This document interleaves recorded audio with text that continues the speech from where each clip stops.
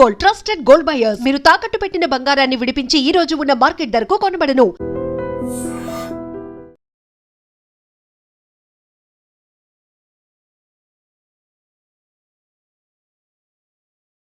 తునిలో miss అయినటువంటి పాప జాహ్నవి కేసుకు సంబంధించి ఒక కీలకమైనటువంటి అప్డేట్ వచ్చింది.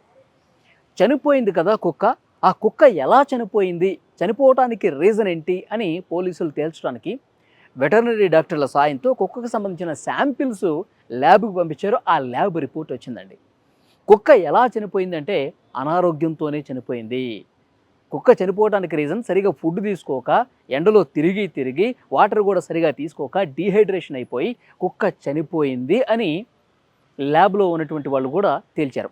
ఆ ఫోరెన్సిక్ ల్యాబ్ నిపుణులు తేల్చింది ఇదే, అనారోగ్యంతోనే చనిపోయింది.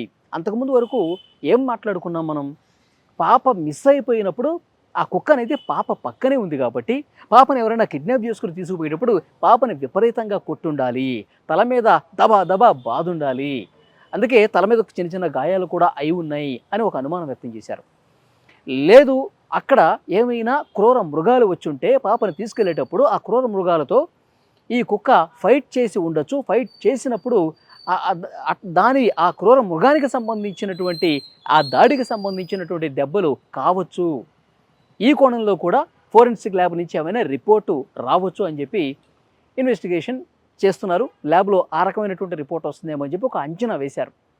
లేదంటే కనుక విషసర్పాల గురించి చాలామంది చాలా రకాలుగా మాట్లాడుతూ ఉన్నారు కదా, పెద్ద పెద్ద విషసర్పాలు ఏమైనా పాప మీద దాడి చేసే టైంలో కుక్క పక్కనే ఉంది కాబట్టి విషసర్పం ఏమైనా దాడి చేసిందా, ఆ దాడిలో ఆ కుక్కలోకి విషం ఏమైనా ఎక్కి 3-4 రోజులకు ఈ విధంగా చనిపోయిందా అని ఒక అనుమానం కూడా వ్యక్తం చేశారు.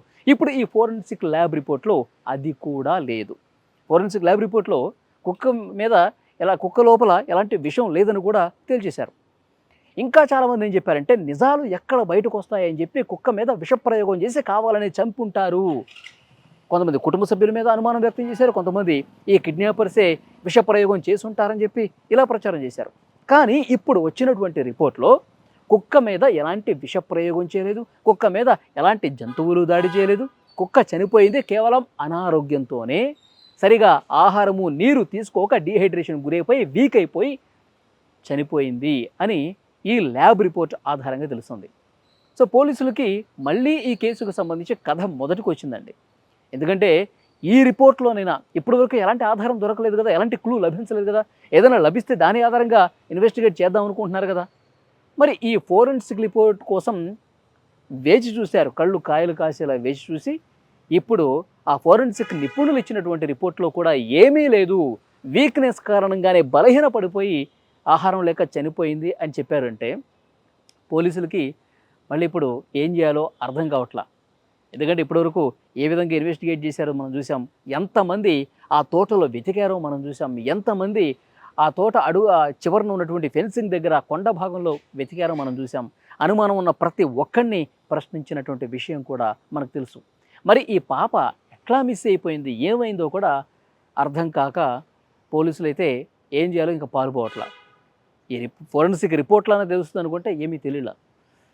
చాలామంది క్షుద్ర పూజలు చేశారు, పాపను తీసుకెళ్ళిపోయారు, ఈ క్షుద్ర పూజలు కుక్క మీద కూడా చేశారు, అందుకే కుక్క చనిపోయిందని చెప్పి రకరకాలుగా మాట్లాడుకున్నారు కదా, అవేమీ కాదు. సో పోలీసులు చాలా క్లియర్గా ఉన్నారు, ఏదైనా టెక్నికల్ ఎవిడెన్స్ వస్తేనే దాని ఆధారంగా ఇన్వెస్టిగేట్ చేద్దాం అనుకున్నారు. కానీ ఇప్పుడు వచ్చినటువంటి ఈ ఎవిడెన్స్లో, ఈ ఫోరెన్సిక్ రిపోర్ట్లో కూడా ఏమీ తేలలేదండి. ఏం చేయాలో అర్థం కావట్లా. పాప మిస్ అయిపోయి 20 రోజులు వస్తుంది, దగ్గర 20 రోజులు కావస్తుంది, కానీ ఏమీ లేదు. ఒక్కటంటే ఒక్క చిన్న క్లూ కూడా ఇప్పటి వరకు లభించలేదు. సో చూడాలి నెక్స్ట్ పోలీసులు ఇంకా ఎలాంటి ప్రయత్నాలు చేస్తారు, ఇంకా ఏ కోణాల్లో దర్యాప్తు చేస్తారు. పాపం ఆ ఇంట్లో ఉన్నటువంటి వాళ్ళైతే నిజంగా వాళ్ళ బాధ వర్ణనాతీతం. తల్లి అయితే ఇక నీరసించి పడిపోయింది, ఆసుపత్రి పాలైంది, ఆమె ఇప్పుడిప్పుడే మళ్ళీ కోలుకుంటోంది. కుటుంబ సభ్యులు తండ్రి కావచ్చు, నానమ్మ కావచ్చు, వీళ్ళు కూడా డీలా పడిపోయారు. ఇంట్లో అల్లారు ముద్దుగా పెంచుకుంటున్నటువంటి పాప, చాలా ఎప్పుడు సంతోషంగా ఆ చిన్న చెల్లెళ్ళతో ఆడుకుంటున్నటువంటి పాప, నాన్న నాన్న అంటూ నడుచుకుంటూ తోటలోకి వెళ్ళినటువంటి పాప కానరాకుండా ఎలా పోయింది. అసలు ఇంతమంది అధికార బృందానికి కూడా హోంమంత్రి అనిత గారు ఇచ్చారు, డీజీపీ, ఎస్పీలు వీళ్ళందరూ పర్యవేక్షణ చేస్తున్నారు. వందల కొద్ది ఎన్డీఆర్ఎఫ్, ఎస్డీఆర్ఎఫ్, క్రైమ్ బ్రాంచ్ పోలీసులు, ఇప్పుడు కొత్తగా జ్యోతిష్యులు కూడా తయారైపోయారు. జ్యోతిష్యులు కూడా వచ్చి మీ పాప అక్కడుంది, మీ పాప జూలై సెప్టెంబర్లో ఇంటికి వస్తుంది, పాపని కిడ్నాపర్లే తీసుకెళ్ళిపోయారు, పాపకి ఏమీ కాలేదు, బతికే ఉంది. అంటే బతికి ఉంది అంటే చాలామంది సేఫ్గా తిరిగి రావాలని కోరుకుంటున్నారు. అది అందరికీ అర్థమవుతోంది. పాప సేఫ్గా మునుపటి నవ్వు ఆ పాప ముఖంలో కనిపించాలి, తన తల్లి దగ్గరికి చేరాలి అని ప్రతి ఒక్కరూ, ఈ ఘటన గురించి తెలిసిన ప్రతి ఒక్కరు కూడా కోరుకుంటా ఉన్నారు. కానీ ఇలా మూఢ విశ్వాసాలతో ఇళ్ళ దగ్గరికి వచ్చి పాప గురించి, పాప ఎక్కడుందో చెప్తాం, ఇక్కడ తుని నుంచి తూర్పు వైపున ఉంది, ఉత్తరం వైపున ఉంది, 200 కిలోమీటర్ల దూరంలో ఉంది, ఇలాంటివన్నీ చెప్తుంటే నవ్వాలో ఏడవాలో కూడా అర్థం కావట్లా. ఇంకా వాళ్ళు ఆ హోప్తోనే ఉన్నారండి.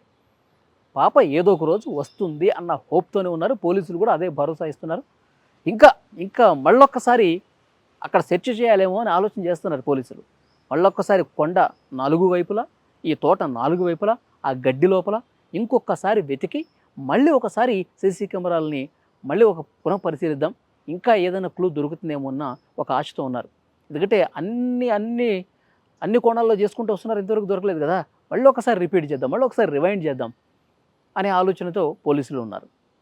సో చూద్దాం ఆఖరికి ఎలాంటి విషయాలు బయటకు వస్తాయి.